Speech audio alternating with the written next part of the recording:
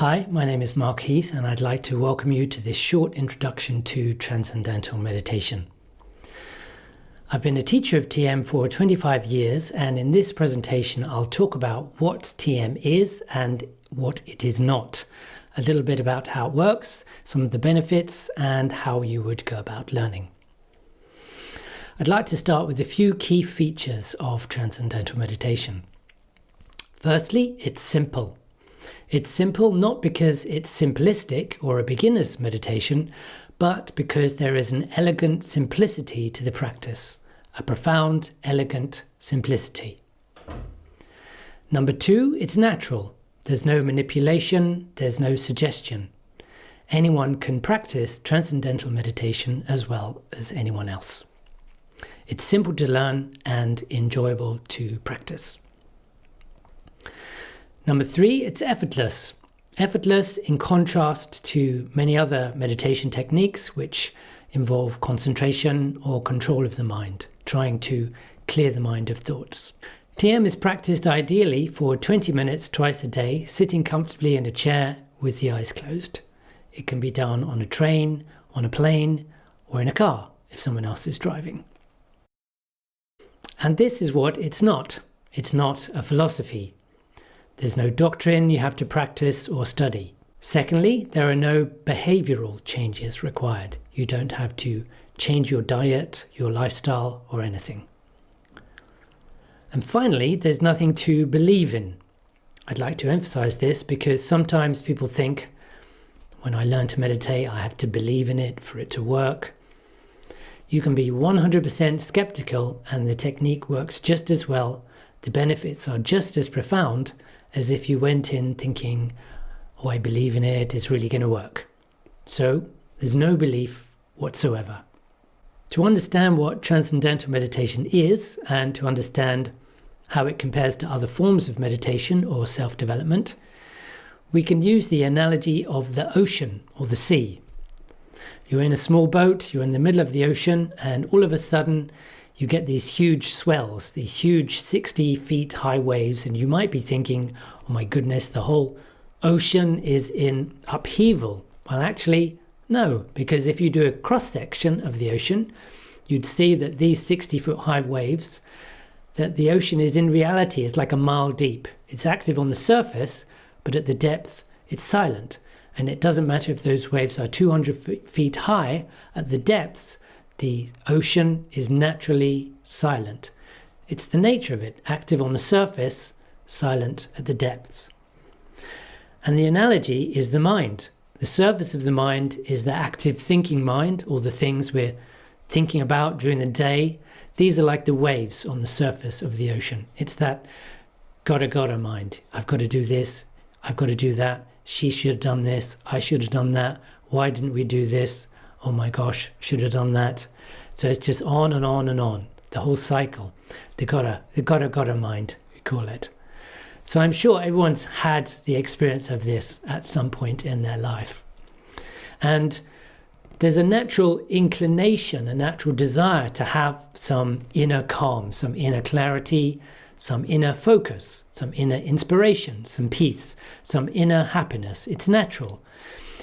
And the operative word here is inner. So the question is, where is this inner and how do we get it? How do we get there? Deep within every human being, the mind of every human being, deep within all of us, is a level of the mind that is already calm, already settled, already wide awake. It's there now, it was there yesterday, and it'll be there tomorrow. We've just lost access to it. So we are stuck up here on the surface, the got to level, the gotta level.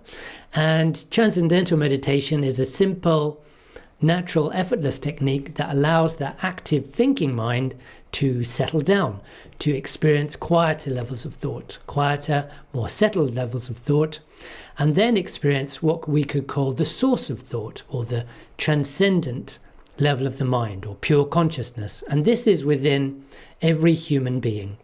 So here's the question: how do we know that during Transcendental Meditation that this is what is actually happening? How do we know something substantive is taking place and that we're not just imagining it.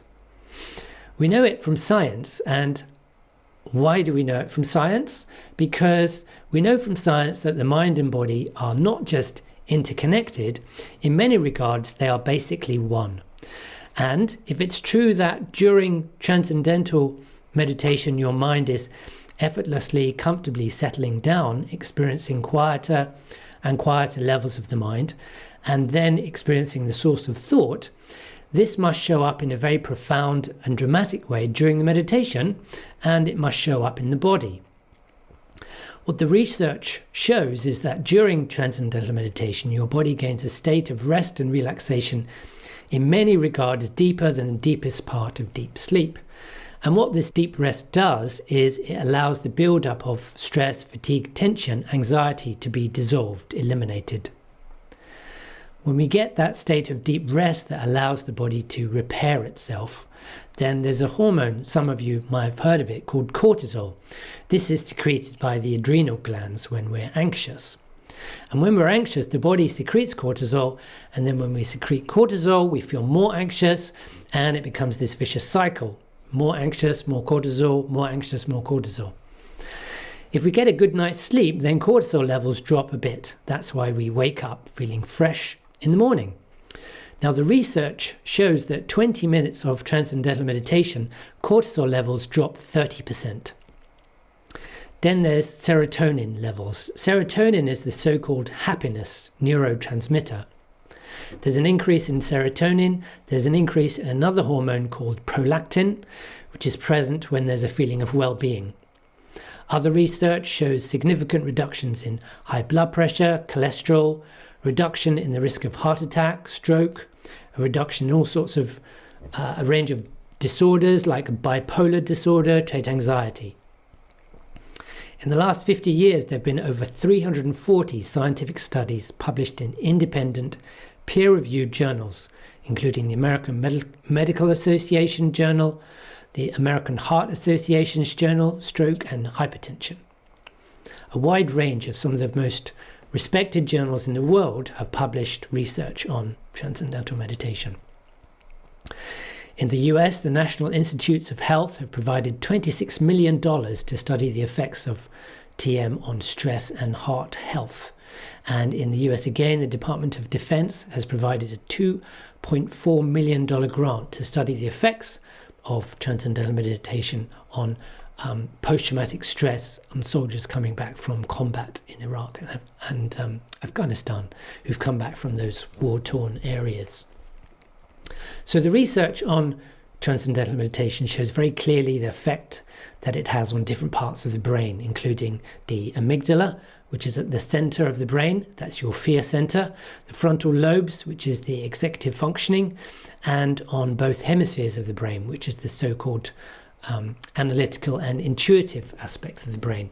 And what they find is, what the research shows is that during transcendental meditation, there's a strengthening of the connections between the frontal lobe and the back of the brain. Now, this is important because the frontal lobes govern decision-making, planning, judgment, problem-solving, sense of self, ethical reasoning. Everything good about the brain depends upon the connections between the front of the brain and the back of the brain, between all aspects of the brain. And what stress does, it takes the frontal lobes offline. This explains why, yes, does a stressed person make good decisions? Nope. Does a stressed person solve problems, plan well? Nope. Because the frontal lobe simply goes offline when the stress gets too much. During transcendental meditation, those connections are strengthened. The connections between the left and the right hemisphere of the brain are strengthened. All parts of the brain connect together during TM. And because of the mechanism called neuroplasticity, those connections that we have in meditation last in daily life. This is why people report that they think more clearly, they make better decisions, they solve problems better, why students find that their grades go up and their test scores go up. It's not magic, it's how the brain is optimized. The whole brain is functioning in a coherent, integrated way. In fact, there is a spreading of coherent alpha brainwaves from the back of the brain to the front of the brain, and alpha brainwaves are indicative of a state of restful alertness, and that's what Transcendental Meditation produces, a state of restful alertness. So the big question is, how do we get there? How does this work? How do you go from the active thinking level of the mind down towards these quieter and quieter levels to the source of thought? And how do you get there effortlessly? Well, in theory, it's there right now. We don't have to push it. We don't have to believe in it. We don't have to clear our mind of thoughts. That's a bit like trying to stop the waves on the surface of the ocean. The key thing is, it's a satisfying experience. Now, here are 3 examples in daily life of why this is important, and then we'll tie this in with Transcendental Meditation. Let's say you're sitting in a room and you're listening to some music and it's awful. You don't like it. And in the other room, some nice, elegant, excellent music comes on that you just love it. Where does your attention go? Of course, instantly your attention moves. You don't have to think it through. Your attention is innocently drawn to that beautiful, wonderful music. Or let's say you're at a dinner party, you're stuck in a corner, in the middle of a bit of a boring conversation, and just a few feet away you can overhear a much more interesting conversation. Where does your attention go? You're trying to be nice, trying to pay attention, but you keep being drawn to the other, more fascinating conversation. Or, last example, let's say you go on vacation, holiday, you've got 2 books. The first book is boring, you can't read it. The second book is fabulous. Hours fly by. So these 3 examples are examples of what we call the natural tendency of the human mind to be drawn towards some field, something more satisfying, more charming. And inside, deep within the mind, is a field of great satisfaction, the source of thought, a very charming field. In Transcendental Meditation, we learn how to give the attention of the mind an inward direction. Instead of outward through the senses towards the music, the conversation, then no, the attention is drawn inwards. If we remember the cross-section of the sea, we learn how to give the attention of the mind an inward direction, and automatically the attention is drawn towards settled, more quieter levels, because quieter levels of the mind are increasingly more satisfying. It's like you teach a child, when you're teaching someone to dive off the high dive, you say just stand like this, stand there, take a little push, bend over, and the rest is automatic. Gravity takes over, nature takes over. In the same way with Transcendental Meditation, we learn to give the attention of the mind an inward direction, and automatically the attention is drawn inwards. And as the mind settles down, the body gains a profound state of rest and relaxation. And this rest and relaxation releases stress, rejuvenates the body, and then we're ready to go for the next 6 or 8, 10 hours of the day.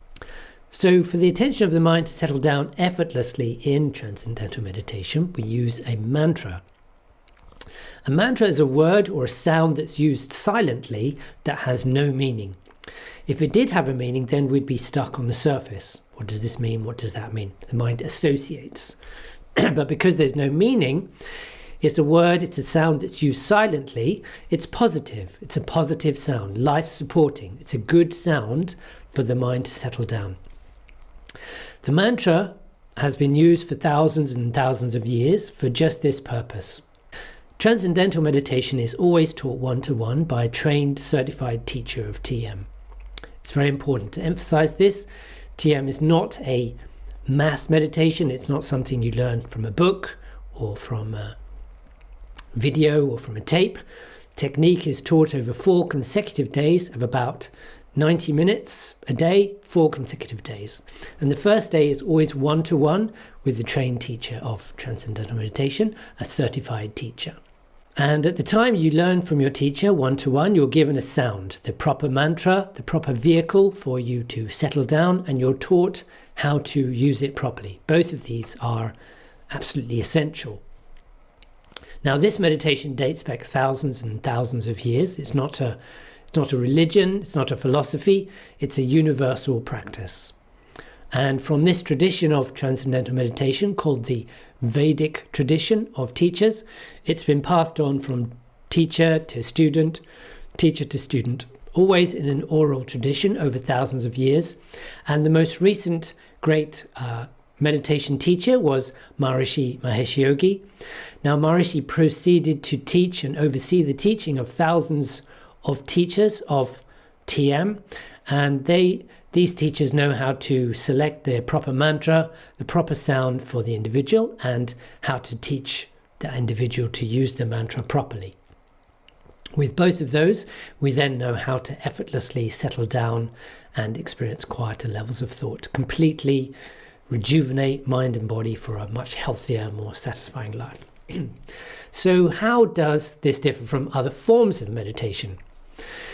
To answer this, we could look back to scientific research, because research shows that every experience changes the brain.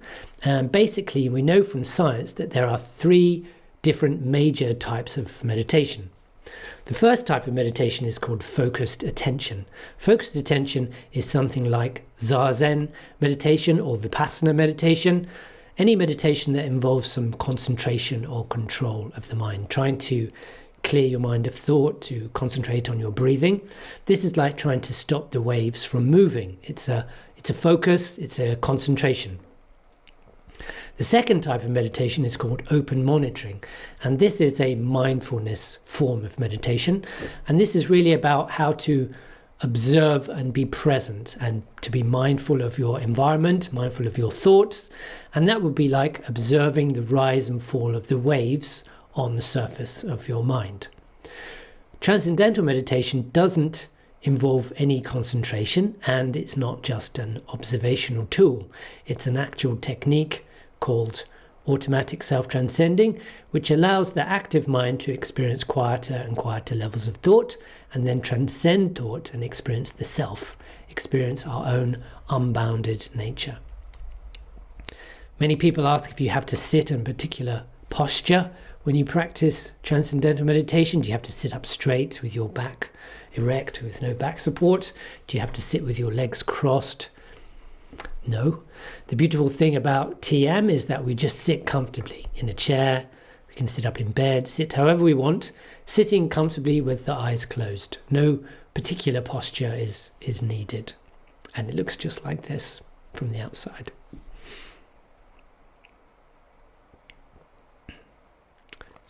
So if you want to learn, you can contact your local teacher of Transcendental Meditation or your local centre, or go to the website. Everything is there. The fees are there. We teach under the auspices of an educational charity here in the UK, and there's lots of course follow-up in addition to the initial 4-day training. So Transcendental Meditation is a simple, natural, effortless technique that allows you access to that calm level of the mind that's always there, but is often overshadowed by the constant noise and craziness of the day. There's no need to change your lifestyle. There's nothing to believe in. There's no philosophy. It's a simple, natural, effortless, enjoyable technique that once learned, you can carry with you for the rest of your life. Thank you for joining, and I hope you decide to take up the course.